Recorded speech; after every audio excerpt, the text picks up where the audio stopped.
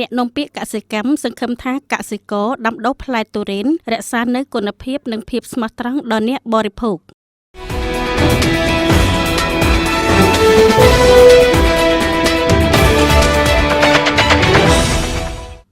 លោកខឹមហ្វីណង់អ្នកនាំពាក្យក្រសួងកសិកម្មបានលើកឡើងថាកសិករដាំដុះផ្លែទុរេនពិសេសសហគមន៍កសិកម្មទុរេនបែកអន្លូងស្ទឹងត្រង់រក្សានូវគុណភាពផ្គត់ផ្គង់តាមលទ្ធភាពនិងធានានូវភាពស្មោះត្រង់ដល់អ្នកបរិភោគជាក់ស្ដែងបច្ចុប្បន្នមានការលើកឡើងថាផ្លែទុរេនក្នុងស្រុកខ្មែរពិតឬមិនពិតបានក្លាយទៅជាប្រធានបទជជែកវែកញែកលើបណ្ដាញសង្គមពលចំពេលដែលកសិករដាំផ្លែទុរេនចាប់ផ្ដើមប្រមូលផលក៏ស្រាប់តែមានផ្ទុះរឿងទុរេនមានសារធាតុគីមីហូរចូលពីប្រទេសក្បែរខាងដែលធ្វើឲ្យបាត់បង់ទំនុកចិត្តខណៈអ្នកបរិភោគខ្លះមិនអាចបែងចែករវាងទុរេនក្នុងស្រុកនិងទុរេននាំចូលជុំវិញការព្រួយបារម្ភចំពោះទុរេននាំចូលខុសច្បាប់ក្រសួងកសិកម្មសហការជាមួយអគ្គនាយកដ្ឋានគយនិងក្រសួងពាណិជ្ជកម្មធ្វើការរឹតបន្តឹងដើម្បីធានាថាគ្មានទុរេនណាដែលនាំចូលដោយខុសច្បាប់និងគ្មានគុណភាពមកក្នុងទីផ្សារកម្ពុជាឡើយនេះជាការបញ្ជាក់របស់លោកខឹមហ្វីណង់អ្នកនាំពាក្យក្រសួងកសិកម្មការលើកឡើងរបស់អ្នកនាំពាក្យក្រសួងកសិកម្មធ្វើឡើងក្នុងពិធីបើករដូវកាលប្រមូលផលទុរេនឆ្នាំ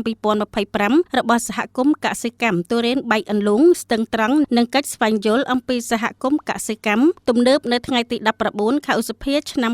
2025កាលពីពេលថ្មីនេះសហគមន៍កសិកម្មទុរេនបែកអន្លូងស្ទឹងត្រង់ធ្លាប់បានប្រកាសថាមានអាជីវករលក់ទុរេនលើទីផ្សារបានអះអាងថាទុរេនរបស់ខ្លួនជាទុរេនបែកអន្លូងស្ទឹងត្រង់ទាំងដែលកសិករដាំដុះទុរេនបែកអន្លូងនៅមិនទាន់ប្រមូលផលផងយ៉ាងណាចាប់ពីពេលនេះទៅសហគមន៍បានប្រកាសពីរដូវប្រមូលផលរបស់ខ្លួនហើយ